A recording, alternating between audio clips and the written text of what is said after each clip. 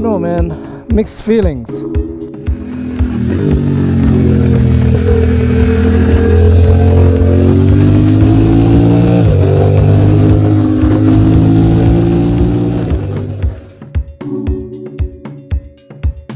As you guys just saw, we just crossed the border into Virginia. Home sweet home. I don't know, man. Mixed feelings. You, on the one hand, have a sense of accomplishment. On the other hand, a sense of relief. A sense of safety, if you know what I mean. But at the same time, it's also sad because it's almost over. The fantasy, the dream, it's coming to an end. I've got about 2 hours to get to the hotel for tonight, so I'm gonna spend the night in Roanoke and then early in the morning make my way up to Northern Virginia to get home. All right, let's hit the road.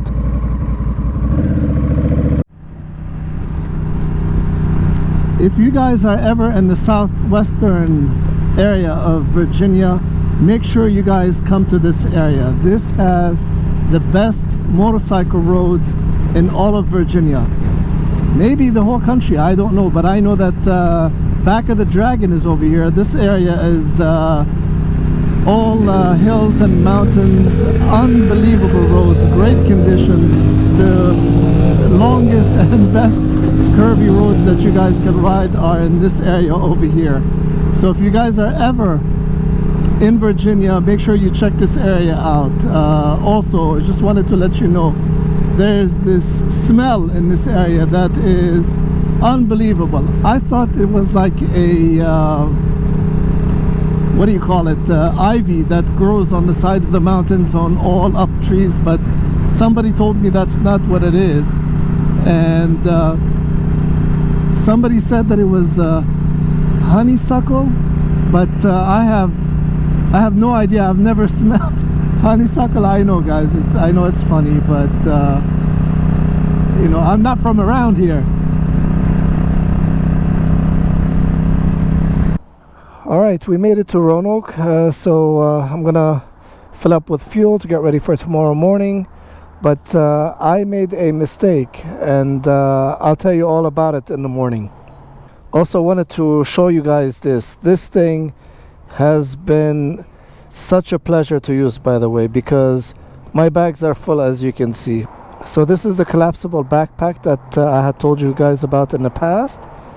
Brilliant. I highly recommend it. Let me show you how you open it.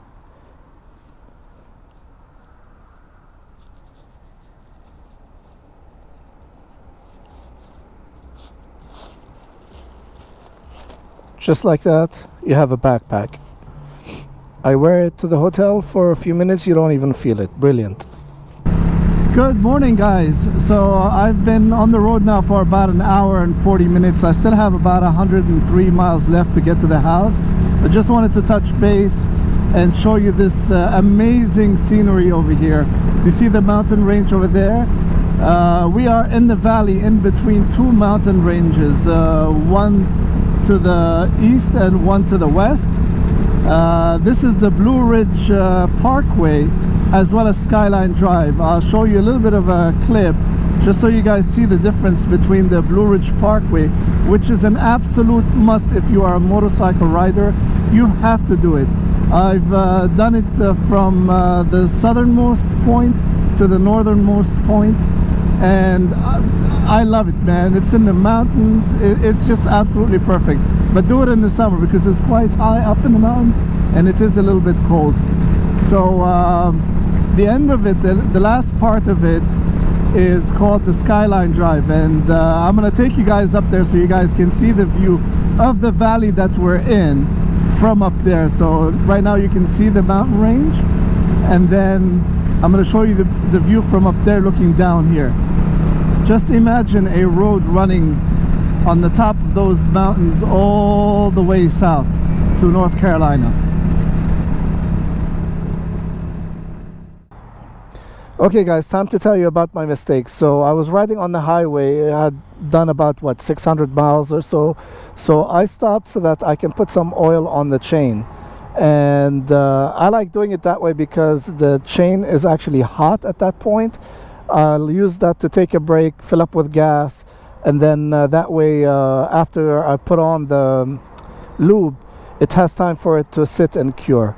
So anyway, I get to the gas station. It was at a Love's, and I looked all over the place. I invested at least 10 minutes. I was, of course, trying to be smart, as you guys can imagine. So I ended up finding a sidewalk similar to this in a discreet location, so it's not in the way of anyone.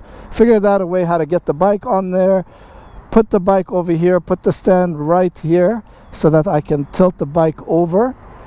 And went through all that trouble, got the bike up on there, took all the bags off to make it lighter, got the stand out, put the bike on the actual stand, got on my knees, you know, because, you know, when you have all your gear on, it's not very easy to, you know, bend down and then start to spray. So anyway, I do all that, but, you know, I thought I was being extremely smart. I was so proud of myself because I got the bike raised. That way I can be lower and it'll make it easier to reach the chain. So anyway, did all that. Took about, 15-20 minutes to get in that position. And then it was time for me to, you know, put some lube on the chain. So I'm excited. I get my little rig out, I undo it, I take it out, I shake it, and I'm like, okay, time to get going, Gus. And nothing. I ran out. Don't make my mistake. You can imagine how I felt. Do you see all those mountains up there? Let's go up there. That's where Skyline Drive is. This town is called Front Royal. I absolutely love this area. You're just surrounded by mountains. This is where Skyline Drive begins, actually, southbound.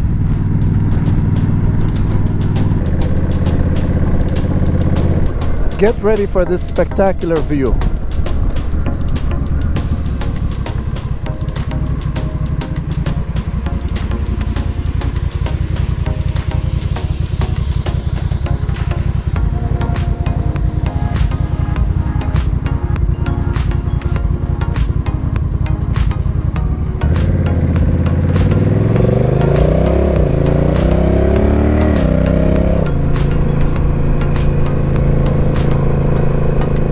Look at those views, you guys.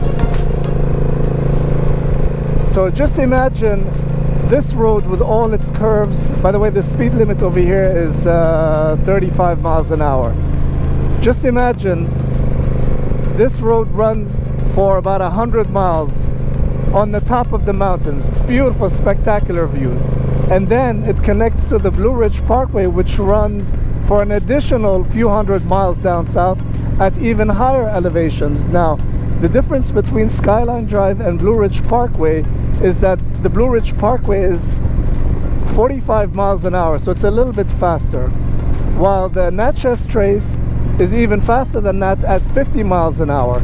So that tells you, you know, the curves, how tight they are. So this one's a little bit tighter, but as you can see, check this out. Look at the views, you guys.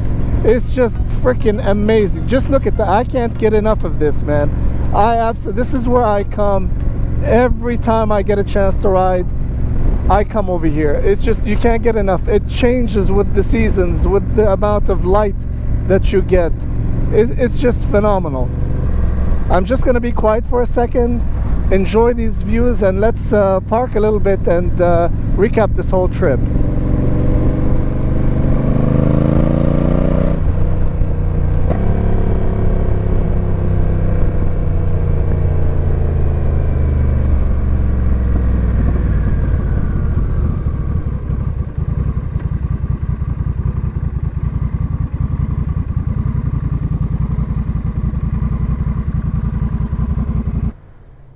So basically, riding up here, we rode in between these two mountain ranges coming up from the south, and that's where 81 rides. Absolutely stunning. All right, to recap the trip, it was an absolute dream come true. I mean, I fell in love with Tennessee, with Nashville, with Memphis is gorgeous. Dallas is phenomenal. I loved every minute of it. The bike did extremely well, you guys. So let's start from the front. We'll talk about all the things that I tested out. So I'm going to start with the lights. These lights are fantastic. I highly recommend them, you guys. I'm going to do a follow-up video with the full details on setting it up and the effects. I got some awesome footage at night. The highway pegs absolutely were an ass saver because you do get the chance to stretch out your legs and so on. Another thing is, of course, the screen did incredibly well. This isn't the Gustafson screen, but it's going to perform exactly the same. The concept is that it's a taller screen. It's going to push the air above you. It's going to make you so much more comfortable, and you're going to feel so much less fatigue when you reach your destination or on a trip, because don't forget, while you're touring, fatigue is cumulative, so you need to be mindful of that.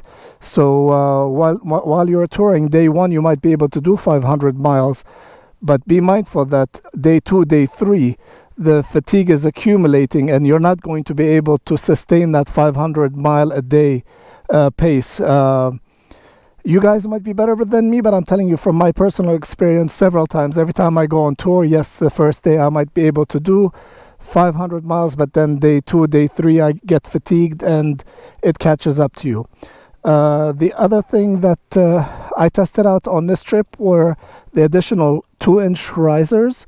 So now we have a total of 6-inch risers. Definitely a lot more comfortable because I can ride completely straight up and down, so my back is not as painful as it normally is. The other thing that I was eager to test out as well, how effective it will be, is the brake line extension. This is done by Spiegler.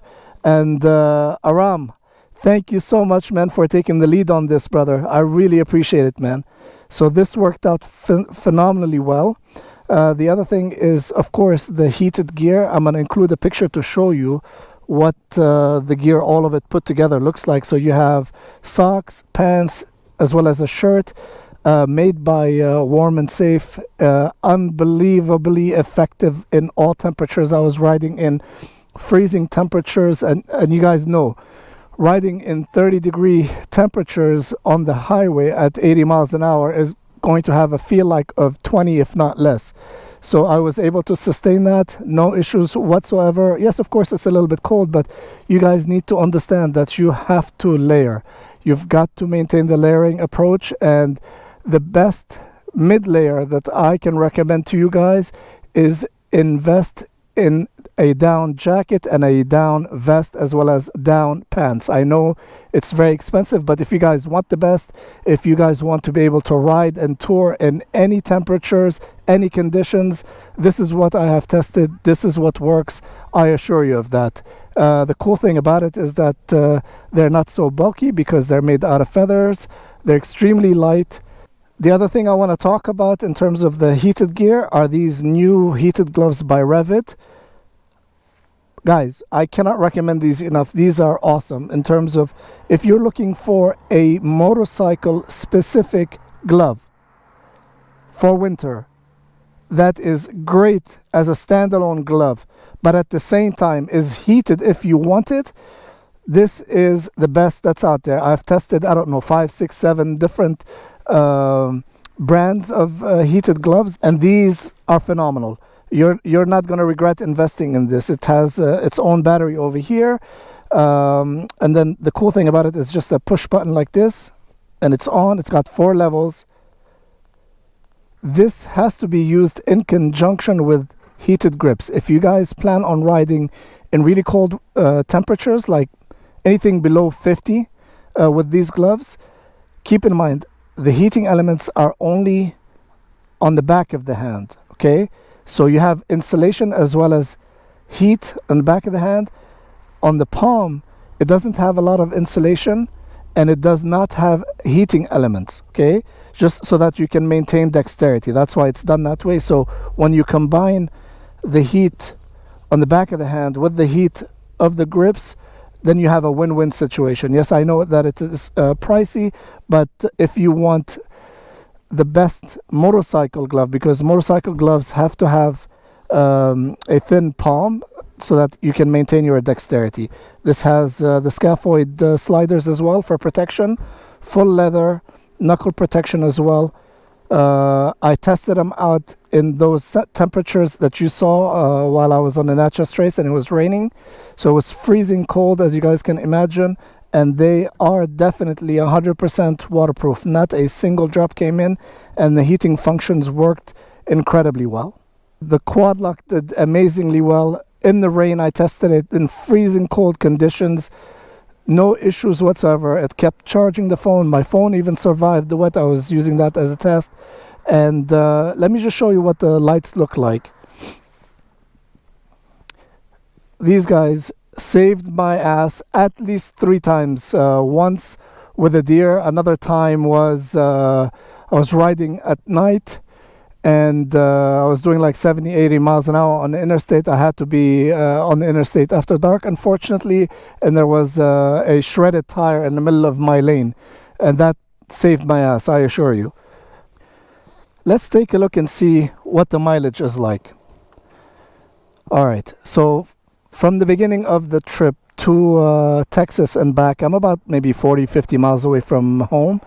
So I currently have 2,974 miles. That's how long this trip was. Okay, so let's see in terms of the fuel economy. So that many miles, highway as well as whatever in the city I rode. So this is what you guys are looking at, real life numbers. 37.2 miles per gallon is what I got. Mind you, of course, I was riding on the highway at much higher speeds than average. So you're looking at 80 miles, 85 miles. Like in Texas, everybody's riding or driving at 100 miles an hour. My total mileage right now is 21,809.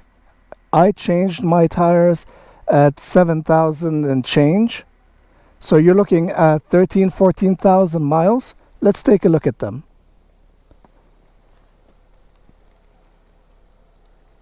The front still looks brand new. The rear, on the other hand, also looks brand new. Look at the depth, okay? However, as you guys can see, it's starting to square off. But these are phenomenal tires. Another thing that I loved using on this trip, and they survived, they did fantastic, by the way, the Fobo 2. It's amazing in the morning when you get up to want to check your tire pressures, because I do that religiously every time before I ride. So just clicking on the app to see your pressures live is awesome. The next thing I want to talk about are the saddlebags. So with my existing saddlebags, these you guys know, I've had them from the beginning, so about 2 or 3 years now, whatever, from the very beginning. There's discoloration, as you can see. This is a new one, this is an old one, so you see the difference in color. Of course, they survived this whole trip, and these came in so handy, and they survived just with zip ties. That's all that's holding it is zip ties. So 2 SLC carriers, 2 bags attached to it. Now, it does come at a cost, okay, and that's why I'm not a fan of top boxes. I'm going to show you some footage of the wobble at 30, between 35 and 40 miles an hour. You do get a wobble. Keep in mind, this weight high up, watch this, when you do, you see that? Any little movement is going to be exaggerated, and you're going to feel it in the front, okay? So this, without bar end weights, will create a wobble at low speed. Keep that in mind.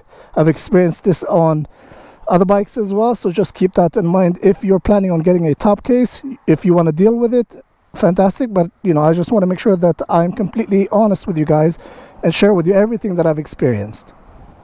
Another thing that I really loved on this trip are these strobing lights. They are so effective. They're so small.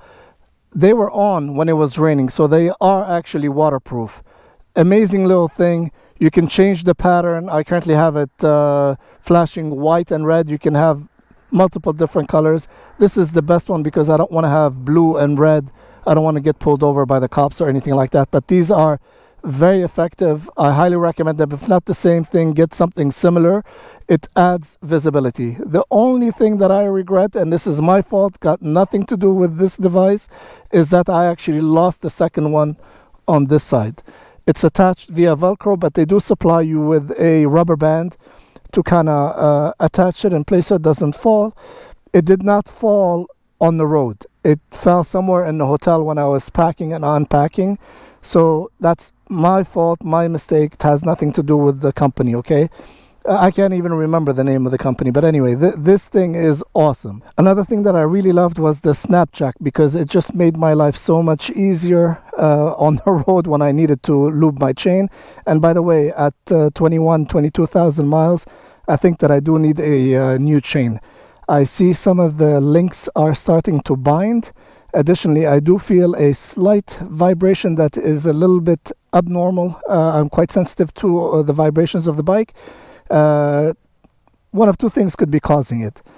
Either these additional bags and the additional weight that's in them, or the actual chain itself. But yes, I do sense a little bit of a vibration under acceleration at speeds over 50, 60 miles an hour. Remember what I was saying about how it changes with the different lighting conditions? Look at that. The sun is coming out in the valley over there and on the mountain range. Look at that.